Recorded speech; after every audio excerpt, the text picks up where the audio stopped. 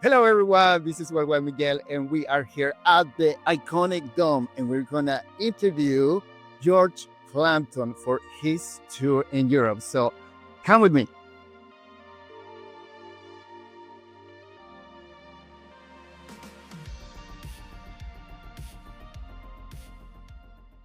Hello, George. Hello, Miguel. So, why you said that you were drinking?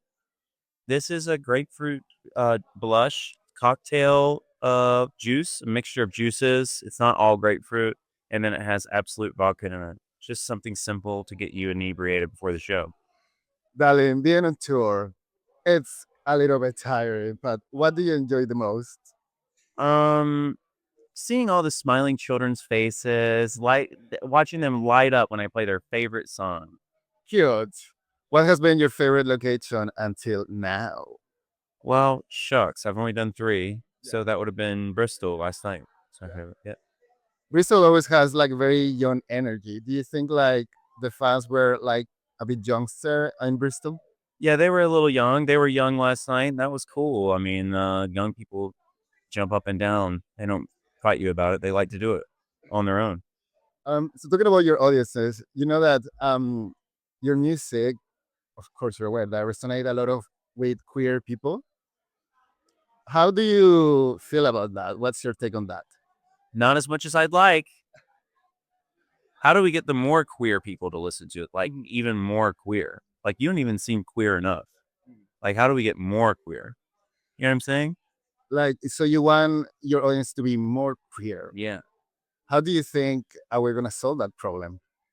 I don't know. I went to a Slater concert, you know who that is, with 3 Ys, and it was very, very queer. Maybe more gay than queer. It was like 100% gay.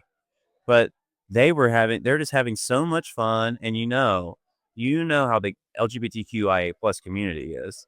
They're always on their group chats, talking to each other and saying, you have to hear the new George Clanton song. So, if you can get in with the LGBTQIA plus, it spreads like wildfire. Darling, I saw an interview that you did some weeks ago about like this your new Renaissance era that you were looking for. I said that? Yes, you said that there was like 2 minutes alive, true love, and like the cool music. Do you feel like this new tour brings you like a new energy to your life? No, I would say not specifically. It doesn't. This tour is not giving me any great energy. I'm giving all of my energy away. Like Santa Claus, like nobody ever brings Santa Claus presents. He just gives them away. He spends his whole life making them, right? Santa Claus spends his whole life making them. He has all his little elf. Basically, I guess they're like slaves. But in this case, I'm Santa Claus and the elves and the little elves. I'm making all the presents to give away for everybody, but all I get is a few cookies, man. So you're saying that people are not giving you the energy that you're expecting? Well, no, they were last night. But let me tell you, when you don't do drugs, this touring business, it's hard. It is hard as hell. So it's just kind of like, well, should I get addicted to drugs? What do you think? So I think like there's a middle point between having fun with drugs and getting addicted to drugs. Like, just have a little bit, just enough. Yeah, just enough to get through your night. What would you say is the best drug to get through a George Clanton concert? As an audience member or as a performer? Both. You know what? The answer is the same for both. A little bit of this. A little bit of vodka with cranberry juice. Or whatever, whatever you need to do to get it down. You know what I'm saying? Whatever you need to do to get it your gut. It's a very alcohol friendly show. And I understand that alcohol is going the way of the dodo. It's become very unpopular. And that's fine. But the good thing about it is you can get it just about everywhere. That's true. Darling, have you heard about the little fight between Lana Del Rey and Ethel Cain? Yes, I have heard about it. So which team are we? Well, I'm on whoever team who like didn't fire the first shot. You know what I'm saying? Like who started it? Yes. Do you know who started it? The rumor said that Ethel started Ethel started it. Then if Ethel started it, then I'm on Lana's side. So actually, to get into more gay culture, this is the topics that we need to discuss. Yes. Okay. So we've done one. Yes, we done one. So the next one is, how do you pick your outfits for your concerts? Well, I just wear this jacket. Speaking of gay culture, this is Marnie. This is a limited edition. This is Marnie, one of one. Leather jacket. I put that on and then I turn into a different person. Not right now. I'll have to also put on my sunglasses, but once I put on my sunglasses and yeah, I put those on, I have this on, take the hat off. I do this. Yes. That's how I peg it. So I've got some pretty big pants. I got 3 pairs of big pants that I bring with me in my tiny little box that I take to every different country, and then I just wear this jacket everywhere so that because I can't fit it in my travel case. It's a big, nice jacket. And I turn into a different, like a character, the George Clanton character that rocks, not the George Clanton character that just wants to go to sleep and have like a sandwich, but the George Clanton character that wants to like punch you in the face and like jump up and down and scream. Wait, are we talking about 2 different personas here? Yes. Are your fans aware of this dichotomy? I don't know. I think my fans think that I just want to be their very best friend and that I want to party all the time, but I don't. I just really like my music, and my music's the only thing that can really get me going with that. What do you think about the music landscape right now? Be honest. I'm the worst person to ask. I don't really like. I mostly just listen to music that came out like before the internet was invented.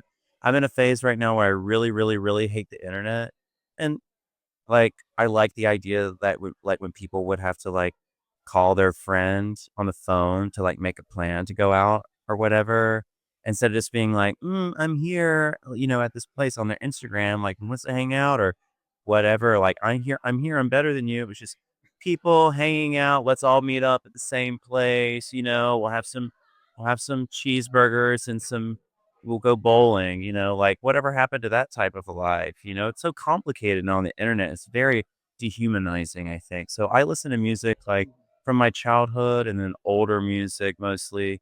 New music sometimes with a few exceptions, and I don't want to name names because if I name the exceptions, then that means if you're not on the list, then I don't actually like your music, right? So with a few exceptions, it's generally like what I think about new music is I've been in this business so long. I know how dirty, nasty, ugly it is. It's a horrible, dirty, nasty business where people just make music as content to try to get famous and try to get rich. And they're just like churning out like ideas like, I'm gonna watch a YouTube on how to I'm gonna watch a YouTube on how to sound like Lana Del Rey, and then I'll make a song like Lana Del Rey. And then And viral. And then it and goes then viral. viral, and then their wildest dreams come true, but they don't actually like their song, or they're just like, oh, that's from 6 months ago. I hate that. Like I'm so sick of meeting those people. Like I like every single one of my songs. They're all fucking good because they're written from, God or the energy around us or whatever from Holy Ghost. You know that Taylor Swift has a new album coming up called The Life of a Showgirl? Yes. Have you met her? I haven't met. No, I haven't met her. She's in a different echelon, isn't it? I don't know. Let's get very clear. What do you think about Taylor Swift music? God, I haven't really heard too many Taylor Swift songs. You wouldn't imagine that. That like me. That makes me seem like I'm like super hetero now, right? Like almost homophobic. That's like the most homophobic thing I've ever said. Is that I don't know. Gray area. Um, yeah, maybe that just kind of like falls into what I was talking about. But I hear that she's a really hard worker and that she writes her own songs, and I have a lot of respect for that. I just don't like really go out of my way to listen to it or whatever. So, Hello. So wait, what were we talking about? Oh, Taylor Swift. what do I think about her music? I don't really. I know like like the last time I was aware of like a Taylor Swift song that was like existed was "Shake It Off." Woo! Do you shake it off at your concerts? I do shake it off, but I do my own version of it. Darling, you were mentioning about the connection that we had before the internet and everything happens, which is very, I think, very current in your music, which is nostalgia or nostalgia. So, how do we like move forward feeling so nostalgic? Because it happens to me too. So, I need your advice. I don't think moving forward is like necessarily a realistic expectation. Just checking to see if we're all good. Moving forward, it's just not within my interest. I feel like everything's just kind of like getting worse and worse and worse.